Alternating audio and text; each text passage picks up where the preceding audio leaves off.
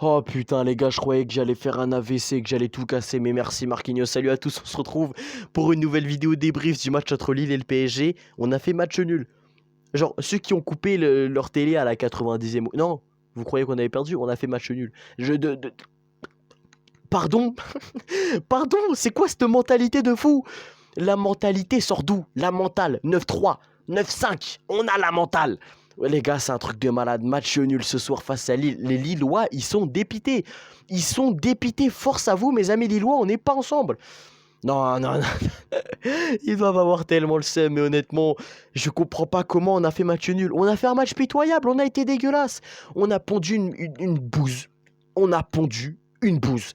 On n'a pas fait une prestation digne de double champion d'Europe. On n'a pas fait une prestation digne de je ne sais pas combien de ligues à remporter. On a été nul. On a été nul lâché ce soir et on s'en sort avec un point. Mais c'est d'où sortent ces points? D'où sort ce point plutôt? Marquinhos, t'as quoi dans le crâne? Le mental de ce Paris Saint-Germain-là. Le mental de Luis Enrique qu'il a incarné au Paris Saint-Germain. Bon, merci à toutes les personnes qui prendront le temps de liker, de s'abonner, de commenter. J'ai directement commencé le débrief. Merci à toutes les personnes qui regarderont la vidéo de la première à la dernière minute. Encore une fois, ça soutient la vidéo, enfin la chaîne, bref. Mais d'où sort ce match nul? D'où sort ce match nul? Désolé si le débrief sortira un peu tard, j'ai eu des galères de son. On n'en a rien à foutre. Marquinhos, t'es historique. Vitinha, t'es le meilleur milieu de terrain du monde. Y a pas débat. Y a pas débat. Declan Rice, Bellingham, Pedri, tout ce que tu veux. Y a pas meilleur que Vitinha actuellement. Y a pas meilleur que Vitinha. Bon, on va se concentrer plutôt sur le match maintenant. On a fait un match dégueulasse. On a fait un match dégueulasse. Déjà, on arrive avec une compo qui est quand même assez bonne. Avec Warren à gauche, Pacho Marquinhos défensivement, Hakimi à droite et un milieu de terrain qui est assez habituel. Fabien Ruiz, Beraldo et Vitinha. Et une attaque avec Doué, Ferran et Aklouche. Tu te dis que c'est la compo parfaite. C'est la compo parfaite, sachant que t'as pas Dembélé et t'as pas Neves, parce que Neves est malade et Dembélé est laissé au repos. Du coup, tu te dis que c'est la compo parfaite. Barcola et Mbaye, on sait ce qui se passe. Donc voilà, tu te dis que c'est la compo parfaite et que tu ne peux pas faire mieux en termes de composition. Bon, tu sais que tu peux mettre Mendes, mais Mendes n'est pas encore là. Donc tu peux pas faire mieux. En termes de composition, t'as une compo qui est parfaite pour affronter Lille. Donc déjà, tu te déplaces et tout à Lille. Bon, le coup d'envoi est retardé de 15 minutes. Bon, ça, on s'en fout, mais bon, c'est pour recontextualiser le match. Bon, le match commence et tout. Tu as la possession comme d'habitude, pardon. Tu crées le jeu et tout, mais tu as une possession qui est stérile. C'est-à-dire que tu vas pas vers l'avant essayer de créer du jeu. Tu vas pas chercher à frapper là. Tu vas pas chercher à faire une passe décisive. Tu vas pas essayer, nanana. Bref, t'as été mauvais. T'as été mauvais parce que le ballon, t'en as rien fait. Le ballon, t'en as rien fait. T'as essayé de faire des passes, ça allait en touche. T'as essayé des trucs, ça allait en touche. Doué, on va en parler juste après parce que Doué, ça a été dégueulasse. Mais t'arrivais pas. Tu connaissais pas toi. Le PSG a été méconnaissable en première mi-temps. Tu ne reconnaissais pas ton PSG qui a été double champion d'Europe, double super champion d'Europe également. Tu ne reconnaissais pas ce PSG là. Résultat, 21e minute de jeu, Giroud, frère. Olivier Giroud, 39 ans. Le mec te sort des passes de... non mais Giroud c'est trop. Les gars, Giroud à 39 ans, il te sort des passes comme ça. Mais Giroud, la passe de malade mental, Haraldson, bon, j'arrive pas à prononcer son nom. Entrée de surface, frappe du pied droit, lucarne. Waouh. Déjà, t'es choqué, t'es bouche bée parce que tu te dis, mais d'où ça sort? D'où ça sort? Lille n'a pas eu de frappe, n'a pas eu d'occasion. On va juste regarder les stats de frappe de Lille. En tout, Lille a eu, bon, 9 frappes, 4 cadrés. Parce qu'ils ont eu des momentum qui ont été très discrets. En début de match un petit peu, à la fin du match un petit peu, 84e minute de jeu, ils te mettent le 2-0. On va directement sauter tout ce qui s'est passé, mais on reviendra juste après. 84e minute de jeu, ils te mettent le 2-0, tu te dis c'est fini, c'est plié, tu peux pas revenir. Tu te dis à la limite tu mets le 2-1, mais bon, c'est tout. Mais non, non, c'est pas comme ça au PSG. C'est pas comme ça. Vous connaissez pas depuis le temps. C'est pas comme ça. À Paris, c'est pas comme ça. Vitinha, il s'est dit, allez, personne prend des décisions devant entre Götze, entre Gvara et entre Mayolo. C'est moi, je vais prendre mes couilles et je vais y aller. Frappe de Vitinha, pied gauche, lucarne. Corner, bon, c'est repoussé. Ok, ça revient. Vitinha sur la tête de Marquinhos. Mais Vitinha, c'est trop. Vitinha, c'est le seul dans ce match qui a pris ses balls et qui les a posés sur la table. Les autres, invisibles. Fabien Ruiz, invisible. Invisible, Fabian. Il a été invisible. Warren, j'en parle pas, ça a été mauvais. Warren, ça a été mauvais. Que à la fin du match, il s'est réveillé. Mais comme tout le Paris Saint-Germain, comme tout le PSG. Gvara, son entrée. Bon, on va en parler de Doué d'abord. Doué, match, il servait à quoi son match? Il tentait des dribbles, ça réussissait pas.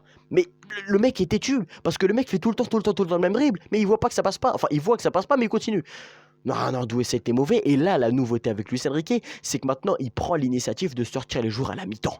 Et ça, il a compris, Lucho. Doué est sorti à la mi-temps, Gvara est rentré à sa place. Bon, l'entrée de Gvara, elle sert à rien. Honnêtement, l'entrée de Gvara, elle sert à rien. Elle sert à rien, mais ça a été compliqué sur le côté. Enfin, du moins que Varane essayait d'apporter, mais bon, c'était compliqué parce que tu as eu un bloc lillois défensivement. Déjà, on va féliciter Lille. Lille, ils ont eu un bloc défensif. Purée. Incroyable, ça fait longtemps que j'avais pas vu ça en Ligue 1, tiens. Ça fait longtemps que j'avais pas vu ça en Ligue 1. Franchement, bravo à Lille parce que défensivement, c'était très bon, très stable. Et même le but de Dylan Bakwa, franchement, quand tu mets le but de Bakwa, tu te dis, c'est impossible que Paris arrive à revenir et à égaliser. Si t'es Lillois, tu te dis, ça y est, t'as gagné, t'as fait un coup de poker incroyable au Paris Saint-Germain, tu leur as mis à l'envers. Mais non, non, non. C'est plus comme ça. On a une méthode en 2025, on a une méthode en 2026, et cette fois-ci, on arrive avec une nouvelle méthode en 2026-2027. On arrive avec une nouvelle méthode. On arrive pour flinguer le mental des équipes. Nous, on a un mental de malade mental, mais là, on arrive pour flinguer le mental des autres équipes. Et oui, bon, ça fait beaucoup mental, mais vous avez compris. On a un mental de malade mental. Si on... on a un mental de malade mental. Incroyable. Bref, si on voit le match de Ferran, c'est compliqué, mais pour moi, Ferran, si tu le mets titulaire, faut que tu laisses tout le match. Parce que si on voit juste la sortie de Ferran, tu vois que ça manque d'apport offensif, ça manque d'un neuf dans la surface. Götze, quand il est rentré sur le côté droit, il pouvait pas centrer, il y avait personne, il y avait qu'une personne, c'était Mayolo, mais Mayolo face à 5 défenseurs, il va rien faire. Donc pour moi, Ferran fallait le laisser, mais en tout cas, Ferran est sorti. En fait, on arrive à égaliser. Genre là, je vois le score, il y a 2-2. C'est un truc de fou. Akliouche, son match. Bon, j'ai vu sur Twitter, ça l'allume. Les gars, Akliouche, respectez-le. Hein. Il a fait un très bon match, Martinez Akliouche. J'ai l'impression que ça fait 5 ans qu'il est au PSG. Il est directement déjà adapté. Lui, il est déjà adapté. Lui, il passe par là, il passe par là. Des passes de fou. Akliouche, franchement, bravo. Beraldo, au milieu de terrain, c'était compliqué. Des passes en touche, des transversales pas réussi. Non, Beraldo, j'ai pas reconnu mon Lucas Beraldo. Vitinha, bon, passe des buts. Hein. On a fait match nul, putain les gars, j'y réalise pas. Fabien Ruiz mid, hein, il prend un carton jaune. Bon, un carton jaune parce que tu prends le ballon et tu le tapes sur un geste de nerf. Bon, inquiétant le carton jaune Marquinhos. Bon, c'était la doublette Marquis Pacho, c'était compliqué. Hein. On va parler juste après de l'équipe de Lille, mais bon, Olivier Giroud, 39 ans ce mec. Bon, Hakimi sur le côté, ouais. Ah, j'ai du mal, Achraf, j'ai du mal. Pour moi, peut-être que j'en demande trop, mais j'ai envie de revoir le Hakimi de 2025. Celui qui a fini 6ème au Ballon d'Or, j'ai envie de le revoir. Là, je le revois pas, c'était compliqué, mais bon, il a pas fait un match non plus dégueulasse parce que Félix courait devant lui. Bon, il a pas eu grand-chose à faire, Hakimi face à lui. Et puis Safonov, sur ses 2 buts, il ne peut rien faire. Déjà que Safonov, il a joué à moitié blessé parce qu'on a vu à l'échauffement, il a eu un petit contact, mais il a joué à moitié blessé. Mais maintenant, on va venir à l'équipe lilloise, mais bravo. En fait, bravo, et c'est dommage. J'ai le seum pour vous à moitié. J'ai le seum pour vous, mais je suis extrêmement heureux. Nathan Goy, défensivement, il a quel âge? Il est jeune, je crois. Il a 23 ans. Il a 23... Bon, jeune, bon... 23 ans, il a été incroyable. Il a été incroyable, Nathan Goy. C'est irréprochable. Alexandro à côté de lui, c'était plus compliqué, mais lui, il est plus vieux. Il a quel âge, le bon vieux Alexandro? Il a 27 ans. Ouais, bon, d'accord, je croyais qu'il avait plus 33. Bon, j'aurais dit. En tout cas, plus vieux, mais c'était plus compliqué pour Alexandro. Nathan Goy, il n'y a rien à dire. Thiago Santos, l'apport avec le frérot Mbappé. Non mais j'ai vu du Kylian ce soir. Alors Kylian qui claque un triplé avec le Real Madrid, là Ethan Mbappé il a failli faire la même. Non mais c'est-à-dire que j'ai vu un Ethan Mbappé, il était en pétard. Il avait des airs de son frère, drip par-ci, drip par-là, crochet, virgule, petit pont, passe-moi le job. Passe D. Non bon il a pas fait de passe D. Non il a été trop fort. Ethan Mbappé et Thiago Santos, j'ai bien aimé leur complicité sur le côté droit, c'était intéressant. La doublette Benjamin André, Bentaleb. Non mais les deux ils ont quel âge? Bentaleb il a 31, Benjamin André il a 36 ans. Ça fait depuis combien de temps qu'ils sont en Ligue 1? Les deux, toutes les saisons on les voit. Mais tu sais pas quel âge ils ont. Ils sont toujours là. Les deux, ils n'ont pas bougé. Aucune rumeur de transfert par-ci, aucune rumeur de transfert par-là. Les deux, ils sont toujours là, irréprochables. Le double pivot Bentaleb, Benjamin André, il est incroyable. Il est incroyable. Et je dis la vérité, Lille a un coup à faire en Ligue des Champions. Lille a vraiment un coup à faire en Ligue des Champions parce que devant eux, t'as Haraldsson qui te claque un but incroyable, mais qui te fait une performance magnifique. Il t'a fait une performance incroyable, Haraldsson, buteur. Et Giroud, Giroud devant lui, on va en parler après. Correa sur le côté, c'était plus compliqué. Ethan Mbappé, j'en ai déjà parlé. Giroud trotte devant, il te cale 2 passes décisives. Bon, la deuxième, bon, voilà. Mais la première, pivot, il se retourne, bam, il te claque la passe, tu sais pas d'où elle sort. Non, Giroud, il a fait un match incroyable. Encore une fois, c'était compliqué pour Pacho et Marquis parce que Giroud qui servait en point d'appui, qui protégeait son ballon, amorti poitrine, déviation de la tête. Non, c'était un pivot pur, Giroud. Giroud, ça a été un pivot pur qui t'a fait mal. Il t'a fait mal. Il t'a fait mal, Olivier Giroud. 2 passes D, il n'a pas été buteur, mais il t'a fait extrêmement mal.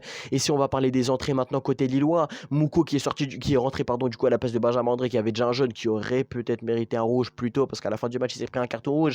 Mais bon, sinon, bonne entrée de Mouko. Perrin, on n'a pas trop vu. Bakwa qui marque un but, mais C'est quoi ces buts? Mais Lille a décidé de mettre des top buts. Mais là, dans ce match, il n'y a que des top buts. Soit celui de Marquis qui est un petit peu moins, que des top buts. Le but de Viti, le but de Bakwa et le but de Redson, que des top buts. Entrée de Bakwa, du coup, ouais, bonne parce qu'il a marqué un but. Et entrée de Verdon qui à la 80e minute de jeu, j'en parlerai pas, on l'a pas vu. Côté Paris Saint-Germain, là, ça devient intéressant. Entrée de Kvara à la mi-temps, bon, tu te dis que Kvara va te sauver d'entre les morts, tu perds 1-0, ok. Invisible. Bon, invisible. J'ai pas reconnu mon Kvara. Quand c'est pas l'hymne de la Ligue des Champions, Kvara, tu le connais pas. Bon, ça, je l'ai déjà dit dans les briefs derniers face à Rennes, et ça, c'est inquiétant. Mika Götze, son entrée ce soir. On a des avant-goûts de ce qu'on va avoir dans quelques semaines. On a des avant-goûts de ce qu'on va avoir dans quelques semaines quand Mika Götze sera à son meilleur niveau. Mika Götze, il sait tout faire. En fait, il sait tout faire. Juste ce soir, il n'a pas été aidé. Parce qu'il combinait avec Hakimi sur le côté, parce qu'il n'avait pas de solution dans la surface. Mais Dro, on va en parler après de son entrée en jeu. Elle était exceptionnelle, elle aussi. Mais du coup, Mika Götze, bon, c'est une passe D sur Vitinha. C'est pas trop une passe D, mais bon, vous avez compris quand même. Mika Götze, son entrée, elle est muy caliente, incroyable. Bravo Mika Götze. L'entrée de Jean et de Mayulu, c'est dégueulasse. Je peux plus. Mayulu, j'en ai marre. Ok, c'est un Titi. Il a juste fait une bonne pré-saison, c'est tout, Mayulu. Il était capitaine 2 fois, ça y est, il est content, le Seni. Non, Mayulu, je vous jure, je peux pas. Mayulu, je n'y arrive pas. J'ai un blocage avec Seni. Quand il sera quand il sera décisif, pardon, dans un grand match, là, on pourra parler. Mais Seni, je peux pas, j'y arrive pas. Il a été mauvais ce soir. Non, j'ai pas apprécié Lucas Digne sur le côté. Bon, comme Kvara, un petit peu inutile de leur entrer en jeu. Mais Dro. Alors, Dro, ça se sent qu'il vient de la Masia. Ça se sent qu'il a ce truc différent. Tu vois? Bon, on peut pas le comparer avec Vitinha encore. Mais Dro, dans quelques années, ce sera l'un des meilleurs milieux de terrain du monde, voire le meilleur milieu de terrain du monde. Parce que Dro, ça m'étonne même pas qu'il dépasse Pedri. Dans plusieurs années, Dro, ça m'étonnera même pas qu'il dépasse Pedri. Parce que Dro a un truc que les autres n'ont pas.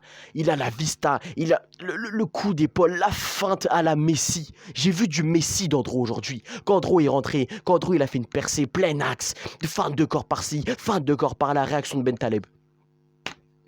Non mais Dro, les gars, Dro, son entrée, j'ai kiffé. Dro, son entrée, j'ai kiffé, il a apporté quelque chose, il a apporté de la vivacité vers l'avant. Et c'est ce qu'on a recherché pendant 90 minutes, t'avais aucune vivacité, t'avais aucun débordement. Sur les ailes, t'as eu aucun débordement. À part les latéraux, t'as eu que Hakimi qui t'a centré des ballons, et c'est tout. Aklouche n'a pas centré un ballon, même s'il a été très bon Marnès, il n'a pas centré un ballon. Mais les gars, en fait... Le truc là, c'est qu'on a fait match nul. On a un petit peu un sentiment de victoire. Mais moi, bon, je tourne le débrief tard. Actuellement, il est 23h55. Donc j'ai un petit peu la tête froide. Et je me dis que les résultats qu'on fait, c'est pas bon. On a joué 3 matchs face à des clubs français cette saison. Aucune victoire. 2 défaites, 1 nul. Face à Lens. Les gars, nos 3 derniers matchs, alors je vais vous les dire instantanément. Le Paris Saint-Germain, nos 3 derniers matchs, c'est défaite face à Lens en finale du Trophée des Champions. Match nul face à Rennes en Ligue 1, de partout. Tu perds 2-0, tu reviens 2-2. Match nul face à Lille de partout, tu perds 2-0, tu reviens 2-2. En fait, on a un mental qui est incroyable, et ça déjà, c'est un truc de fou, hein. Marquinhos, il a dit, c'est notre point fort, mental incroyable cette saison, actuellement, notre plus grand point fort, c'est la mentalité, le mental. Mais les gars, actuellement, on est 6ème avec 2 points, on aurait pu en prendre 6 entre le match de Rennes et ce match-là. On aurait pu en prendre 6. Là, on a 2 points. Il y a encore tous les équipes qui sont derrière nous qui n'ont pas joué. Brest, Le Mans, Rennes, Lorient, Nice, Paris FC, Troyes, Le Havre. Ils n'ont pas joué, eux. Ils peuvent passer devant nous. Est-ce que vous vous rendez compte? Là, à la fin de cette journée, on peut finir 10ème. À la fin de cette journée, on peut finir 2ème. Parce que oui, peut-être qu'on est content d'avoir fait un 2-2. Marquinhos, je suis extrêmement reconnaissant de Marquis. Merci. Mais actuellement, t'es 6ème de Ligue 1. Alors oui, c'est le début de la saison. Oui, on s'est pas réveillé. Oui, il n'y a rien d'alarmant, il n'y a rien de grave. D'accord, mais c'est juste des précautions. C'est juste des précautions parce que là, tu prends 2 matchs dégueulasses. Surtout celui-là, il a été honteux. Tu devais te rattraper de la défaite du match nul face à Rennes, pardon. Tu devais impérativement te rattraper et tu ponces cette performance. Mais c'est honteux. C'est à la limite de la honterie, les gars. Bon, j'invente des mots, mais j'en ai rien à foutre. C'est à la limite de la honterie ce que tu as fait ce soir. Et heureusement que tu te rattrapes. Heureusement que tu as le mental et heureusement que tu te rattrapes ce soir. Parce que sinon, ça allait extrêmement et beaucoup et très mal parler du Paris Saint-Germain. Et c'est pas ce qu'on a envie, mais on a un mental de malade mental. Encore une fois, je le répète. Et là, qu'est-ce que vont dire les gens? Ils vont dire que le Paris Saint-Germain a un mental de fou. Et ouais. Et ouais, et c'est pour ça qu'on va aller faire le free beat, c'est pour ça qu'on va aller reprendre cette Ligue 1, c'est pour ça qu'en deuxième partie de saison, on va avoir une équipe du Paris Saint-Germain qui sera totalement différente, parce que là, on remet les machines en place et on arrive. Il nous reste un match face à Monaco en Ligue 1 avant d'affronter du coup notre premier adversaire en Ligue des Champions, le calendrier qui tombe demain ou après-demain, bref, il tombera très bientôt. Mais en tout cas, va falloir vite se réveiller en Ligue 1 parce que ça va devenir parce que ça va commencer à devenir inquiétant. Merci à toutes les personnes qui ont suivi ce débrief. Encore une fois, j'ai peut-être oublié des trucs et je m'en excuse, j'ai tourné 3 fois le débrief, hein. Juste dites-vous ça parce que j'ai eu des problèmes de son. En tout cas, cette fois-ci, j'espère que c'est la bonne. Si vous avez vu cette vidéo, merci à toutes les personnes. N'hésitez pas encore une fois à liker, à vous abonner, à commenter. On se retrouve très bientôt. Peut-être, bon, il y a un live qui est prévu demain, Liverpool-Nottingham, mais c'est pas sûr parce que je suis invité au restaurant. Donc c'est pas sûr, mais c'est à toutes les personnes qui ont suivi cette vidéo et on se retrouve très bientôt.